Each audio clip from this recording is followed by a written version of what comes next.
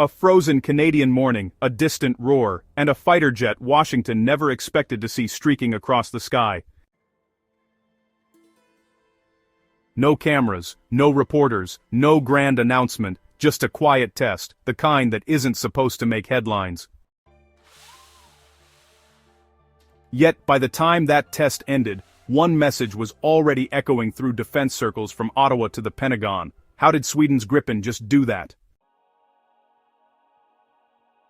In an age where superpowers measure strength by the size of their military budgets, it's ironic that one of the biggest shocks came from a nation of barely 10 million people, a country known more for furniture and neutrality than for shaking the foundations of North American air strategy. But Sweden didn't build a jet to impress anyone, they built a jet to work, in real weather, with real missions, and under real pressure. And that, unexpectedly, is exactly what Canada needed. For decades, Canada followed a pattern carved deep into its defense history. Look south, buy American, call it alliance loyalty. The F-35 was supposed to be the final chapter, the jet that solved everything, but the Arctic changed the conversation. With Russian patrols drifting closer to the North Pole, with new shipping routes opening, with NATO reshaping itself, Ottawa needed more than a symbol of partnership. It needed a fighter that could survive the cold, launch from rough airstrips, and respond instantly to unpredictable threats. Enter the Gripen E, quiet, lean, and much smarter than anyone wanted to admit.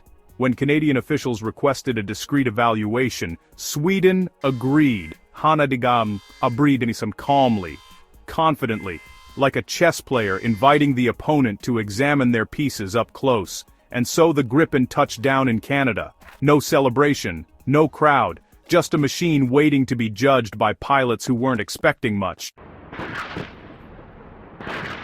And then, the climax. The moment that Washington still dislikes hearing about. Canada's team ran another scenario, another test, another opportunity, and the Gripen delivered again, sharper than expected, quicker than expected, more reliable than expected. The most shocking part wasn't the jet's speed, or its agility, or its ability to operate like a flying computer with a fighter's soul, as one pilot described. It was how natural it felt, as if Saab built it specifically for Canada's geography.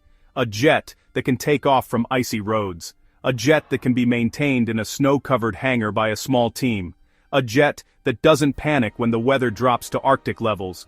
A jet that can land on a stretch of highway if needed. While other countries invested billions into complex systems that required entire ecosystems to support them, Sweden did something radical. They designed a fighter jet that doesn't need luxury, just sky. That was the real shock. Not that the Gripen performed well, but that it performed perfectly where Canada needed it most. And then came the reaction.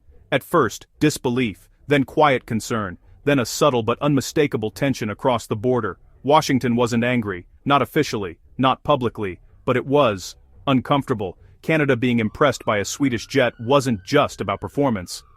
It was about influence.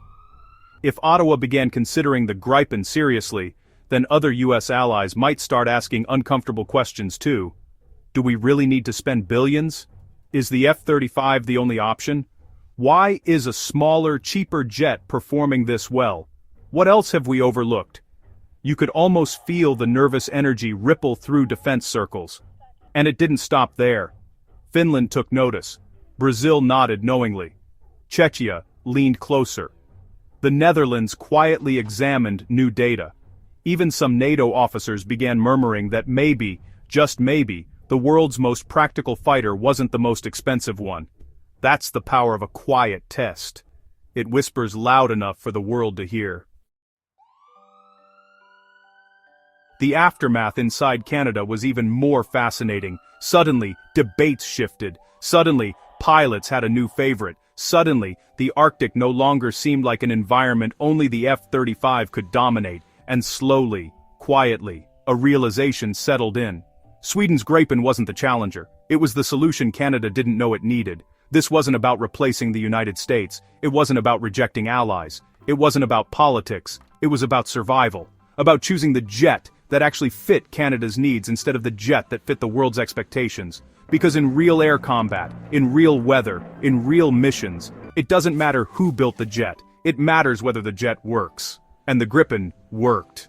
Better than expected, better than predicted, better than anyone, especially Washington, was ready for. So, in the end, the story isn't about Sweden humiliating America, or Canada rebelling, or NATO falling apart. It's about something much simpler. Truth revealed itself at 20,000 feet. A jet designed with intelligence defeated assumptions built with money. A fighter dismissed as small proved it could punch far above its weight.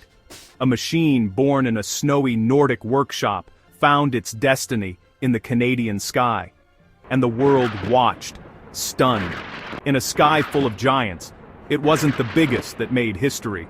It wasn't the stealthiest. It wasn't the most expensive. It was the one nobody expected. The jet that came quietly, flew brilliantly, and left Washington asking questions it never thought it would ask. Canada's Gripen test didn't just shock a superpower, it rewrote the story of what a fighter jet can be.